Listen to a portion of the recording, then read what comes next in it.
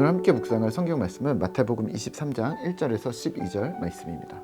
마태복음 23장 1절에서 12절 말씀입니다. 오늘은 3절에서 7절 말씀을 읽겠습니다. 그러므로 무엇이든지 그들이 말하는 바는 행하고 지키되 그들이 하는 행위는 본받지 말라. 그들은 말만 하고 행하지 아니하며 또 무거운 짐을 묶어 사람의 어깨에 지우되 자기는 이것을 한 손가락으로도 움직이려 하지 아니하며 그들의 모든 행위를 사람에게 보이고자 하나니 곧 그 경문띠를 넓게 하며 옷수를 길게 하고 잔치의 윗자리와 회당의 높은 자리와 시장에서 문안 받는 것과 사람에게 랍비라 칭함을 받는 것을 좋아하느니라. 아멘. 오늘 함께 생각할 주제는 실행 능력입니다.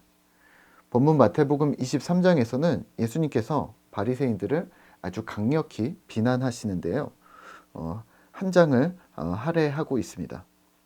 예수님께서 조목조목 바리새인들의 행동, 삶의 양태, 그들의 풍습이나 생각에 대해 지적하시는 것은 분명히 하나님께서 말씀하시는 것과 거리가 있었기 때문일 텐데요.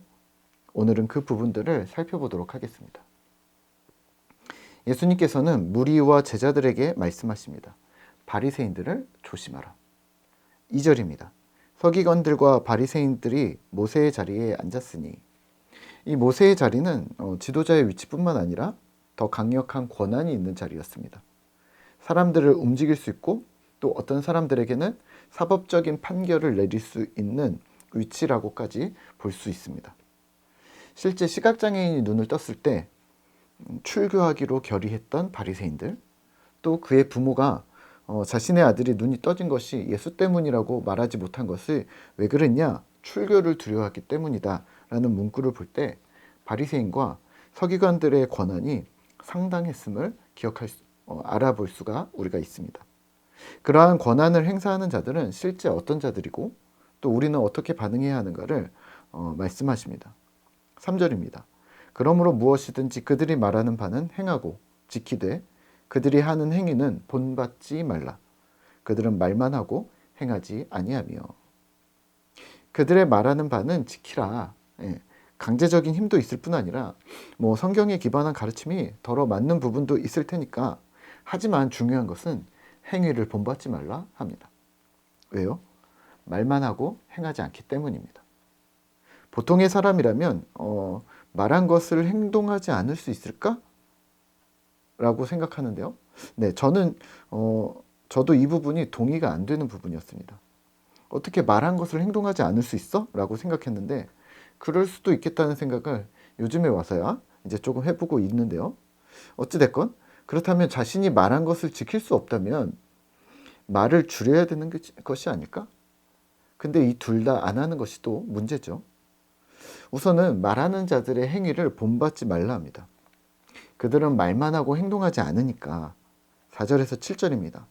또 무거운 짐을 묶어 사람의 어깨에 지우되 자기는 이것을 한 손가락으로도 움직이려 하지 아니하며 그들의 모든 행위를 사람에게 보이고자 하느니 곧 그 경문띠를 넓게 하며 옷수를 길게 하고 잔치의 윗자리와 회당의 높은 자리와 시장에서 문안 받는 것과 사람에게 랍비라 칭함 받는 것을 좋아하느니라. 아멘. 무거운 짐을 사람의 어깨에 지우는데 이걸 말로 하는 거죠. 자신은 손가락도 안 움직이는데 설마 스스로 짐보따리를 싸서 친절하게 어깨에다 이렇게 올려줬을까요? 그렇게 생각할 수 없습니다. 모든 행위를 또 사람들에게 보이려고 합니다.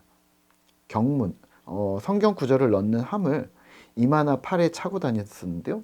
이게 원래 여기 요만한 반지 케이스처럼 작은 건데 이 경문을 크게 만들어서 완장을 차듯이 크게 만들어서 잘 보이도록 사람들에게 잘 보이도록 몸에 걸고 다닌다는 말입니다.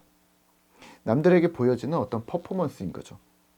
또 크게 하지 않아도 되는 옷수를 길고 크게 만들어서 높은 자리에서 또 문안받고 또 높은 자리에 앉는 것, 또 랍비 선생님이라는 말을 듣기를 좋아했다고 합니다. 하지만 예수님은 자기를 높이는 자는 낮아지고 자기를 낮추는 자는 높아질 것이라고 말씀하십니다. 오늘 말씀을 묵상하며 우리는 무엇을 기억해야 할까요? 실행 능력입니다. 예수님께서 바리새인들을 비난하셨던 이유는 실행 능력입니다. 잘못된 가르침도 있었겠지만 스스로 행동하지 않으면서 말로만 가르치고 본을 볼 수도 없고 의도적으로 실행하지 않은 것인지 혹은 실행할 능력이 없었던 것인지 여튼 이들의 행동에 대해서 질타하셨습니다.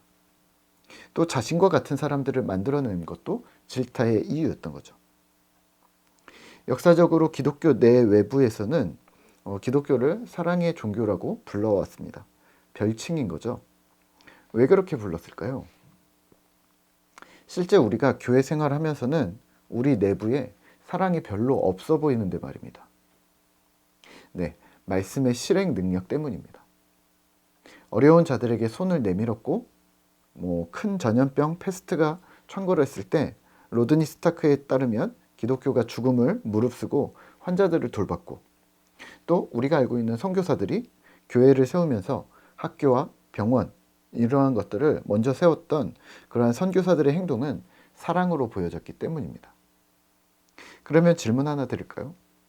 말씀을 행하는 우리는 어떻게 움직이고 있습니까? 말씀을 보고 읽고 묵상하고, 그래서 어떤 행동을 오늘 하려고 하고 있습니까? 스스로 점검하셔야 합니다. 많은 교회들이 이 사랑이라는 주제로 구제, 긍휼, 베품, 선교 등의 이름으로 실행을 해왔습니다. 네, 그건 교회 공동체가 힘을 모아 해내는 일들인 거죠. 중요하고 의미 있는 일입니다. 하지만 공동체의 업적이 개인의 성향이라고 착각하시면 아니 됩니다. 공동체를 통해 경험하고 습득한 그 사랑의 실천을 개개인의 삶 속에서도 같은 색깔로 만들어서 표출해야 하는 것이죠. 한국 교회에는 다양한 모습들이 있는데요. 저는 목사로서 무엇을 실행해야 하는가를 항상 고민합니다. 건강한 교회, 바른 신학 또 신앙에 대해서 설교하면서 정작 나 개인의 삶에는 건강한 믿음이 실현되고 있는가 되돌아봅니다. 물론 쉽지 않습니다. 매주 설교를 할 때마다 또 말씀을 준비하면서 나는 무엇을 행했나 하고서 되짚어 봅니다. 하나님 앞에서 정직하게 저는 이것을 도전하고 있습니다 라고 나는 말할 수 있는가? 사실 우리는 이런 설교를 많이 들었습니다. 사역 이전에 믿음을 점검해야 합니다. 하나님을 사랑합시다.